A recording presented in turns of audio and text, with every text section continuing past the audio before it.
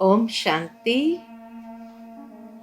आज विजयादशमी की सबको बहुत बहुत बहुत मुबारक हो, मुबारक हो, मुबारक हो। विजयादशमी कहो या दशहरा करो, भारतवासियों के लिए दशहरा के दिन को बहुत शुभ दिन माना जाता है। कोई भी शुभ कार्य करना होता है तो आज दशहरा के दिन करते हैं।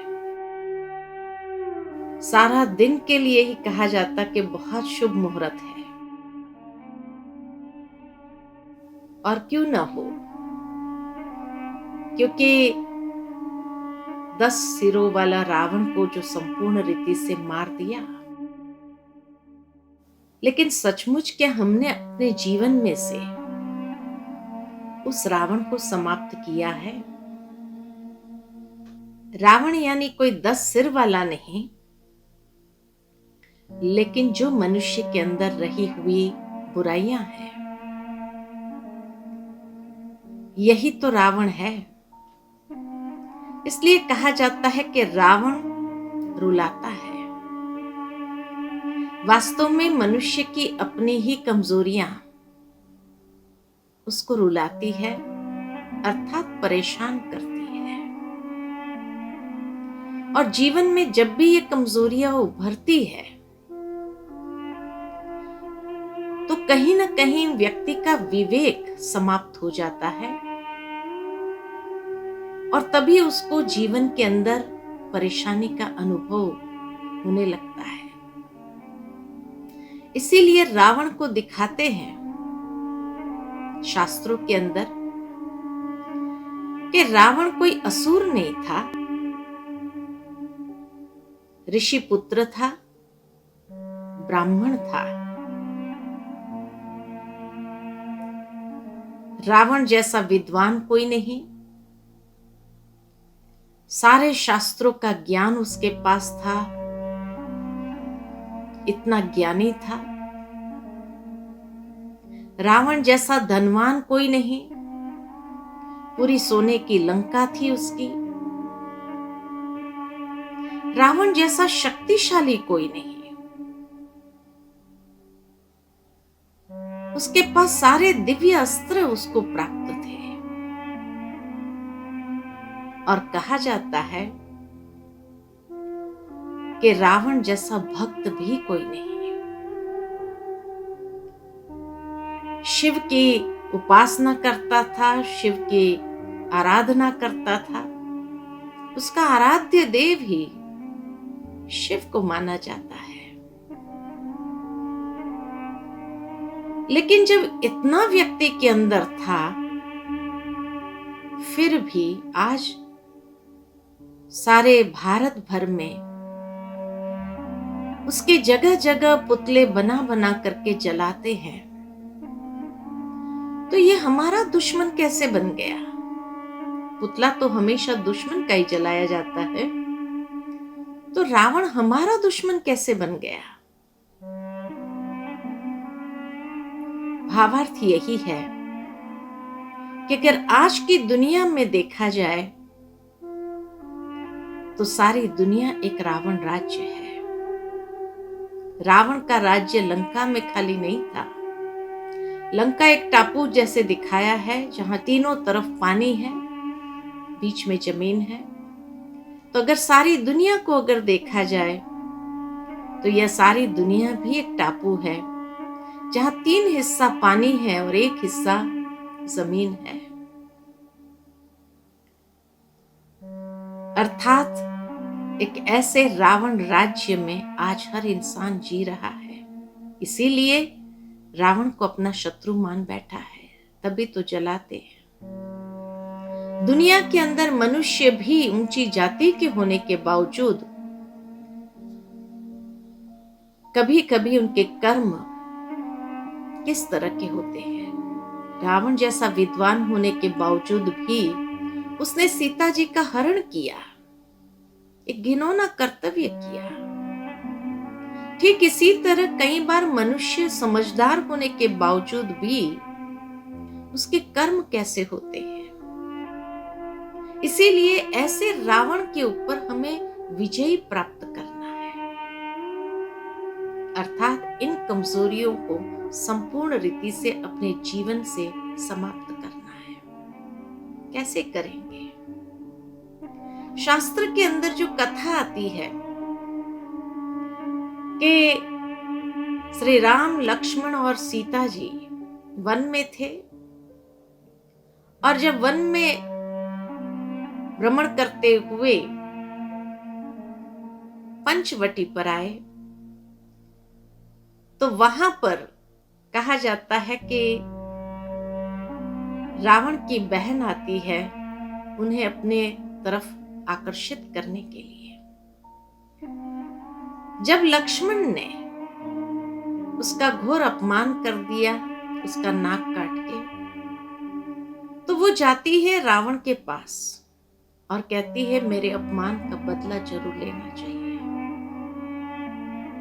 रावण ने भी सोचा कि अच्छा, मेरी बहन का अपमान कर दिया तो उसका बदला तो जरूर लूंगा। और बदला लेने के लिए वो मारीच का सहारा लेता है, अर्थात धोखे का सहारा लेता है। उसको स्वर्ण हिरण बन करके सामने जाने के लिए कहते हैं, और जब सीता मैया आकर्षित हो जाती है उस सोने हिरण के पीछे, तब वो राम से विनती करती है कि मुझे ये हिरण ला करके दो। राम जाते हैं उस स्वर्ण हिरण के पीछे, और उसको पता था कि ये एक धोखा है, लेकिन जरूर है कि सीता जी जब आकर्षित हो गए तो मानना कहां था उसको। यहाँ प्रैक्टिकल दुनिया के अंदर यही बताया गया है कि आज की दुनिया में भौतिकता इतनी चरम सीमा पर है, और ये भौतिकता जब चरम सीमा पर पहुंच जाती है तो अनेक प्रलोभन मनुष्य के सामने आते हैं।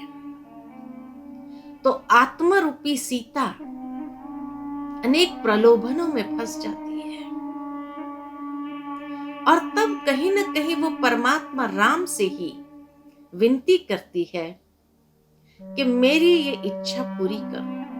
अर्थात जब हम कोई न कोई प्रलोभन के पीछे आकर्षित हो जाते हैं, वो प्रलोभन एक प्रकार का धोखा होता है, माया होती है, और उस माया को प्राप्त करने के लिए हम परमात्मा राम से विनती करते हैं, उनको पूरा करने के लिए आग्रह करते हैं, और इस तरह हम अपने विवेक शक्ति को, अपनी बुद्धि को परमात्मा राम से जुदा कर लेते हैं। परमात्मा राम तो उसको पूरा करने के पूरी कोशिश में होते हैं, लेकिन जो माया है, धोखा है, उसको कैसे पूरा कर सकेंगे। कहा जाता है मारीच को जैसे ही मारा श्री राम ने, तो दूसरा धोखे को वो अपनाता है कि वो लक्ष्मण को पुकारता है, लक्ष्मण। जो आत्मरूपी सीता का मन का लक्ष्य है वो विचलित हो गया, और विचलित होने के कारण सीता लक्ष्मण को भी पीछे जाने के लिए कहती है। मनुष्य का मन ही तो विचलित हो जाता है, भटक जाता है। फिर भी कहा जाता है कि लक्ष्मण एक मर्यादा की लकीर खींच के जाता है, जिसको कहा लक्ष्मण रेखा, और सीता मैया से कहा आप इसी रेखा के अंदर रहना, सुरक्षित रहेंगे, बाहर नहीं निकलना। और तब रावण भी अपना धोखे का स्वरूप लेकर के सामने आता है, एक याचक के रूप में सामने आता है, भिक्षाम दे, भिक्षा की मांगनी करता है। माता सीता उसको देने के लिए बाहर आती है, लेकिन वो कहता है मैं अंदर तो नहीं आ सकता हूं, ये लक्ष्मण रेखा है, इसीलिए आप बाहर आओ। और तब मां सीता ने उस लक्ष्मण रेखा को क्रॉस किया, और जैसे ही क्रॉस किया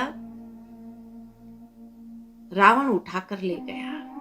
भावार्थ ये कि जीवन के अंदर जब हम परीक्षाओं को सही तरह से परखते नहीं हैं, अपने मन को विचलित कर देते हैं, और इसीलिए जो मर्यादा की लकीर हमारी होती है, उस मर्यादा की लकीर के अंदर आत्मा को रहने की आवश्यकता होती है। लेकिन कलयुग है, एक तो प्रलोभन के पीछे मन विचलित हुआ, परमात्मा राम से भी विनती कर दिया हमने,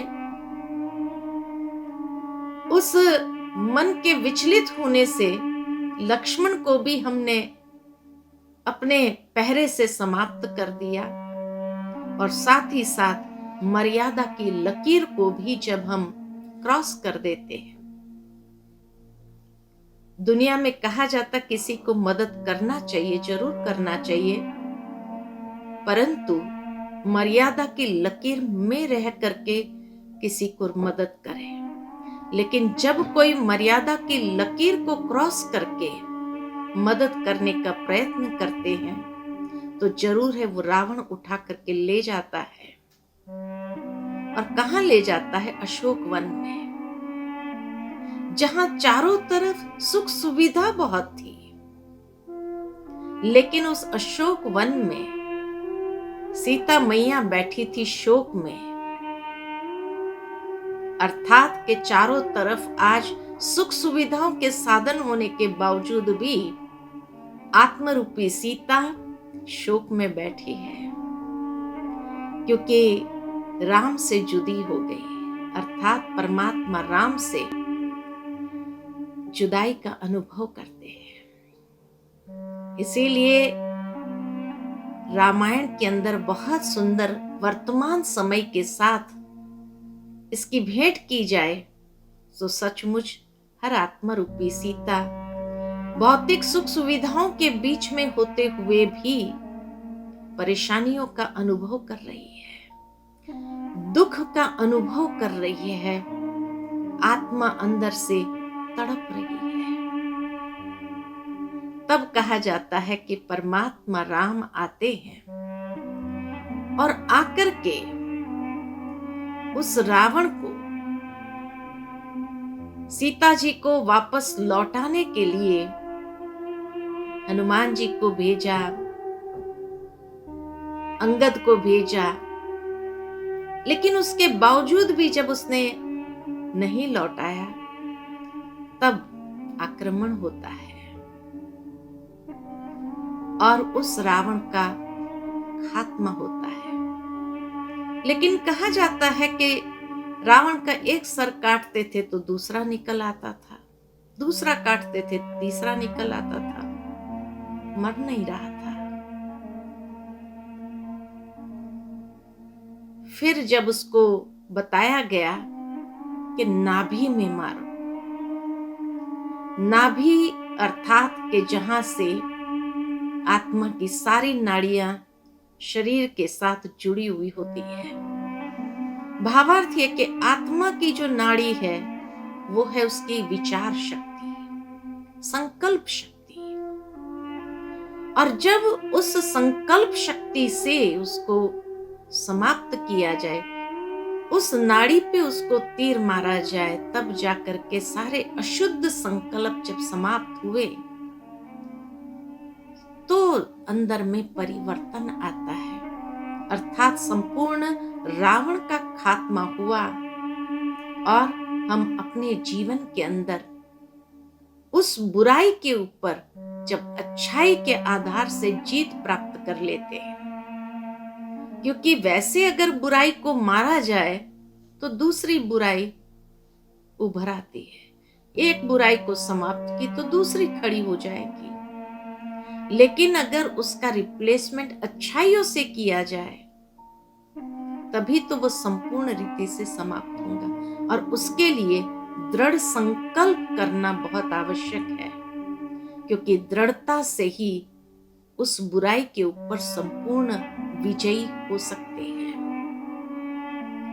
तो इस तरह से हम भी अपने जीवन के अंदर दृढ़ संकल्प के आधार से परिवर्तन ले आए, उस रावण के ऊपर जीत प्राप्त कर ले, कमजोरियों के ऊपर जीत प्राप्त कर ले, और सदा आत्मिक ज्योत को इस कलयुगी रात्रि के अंदर जागृत रखे, ऐसा जागरण करें और विजयदशमी को सही अर्थ में मनाए।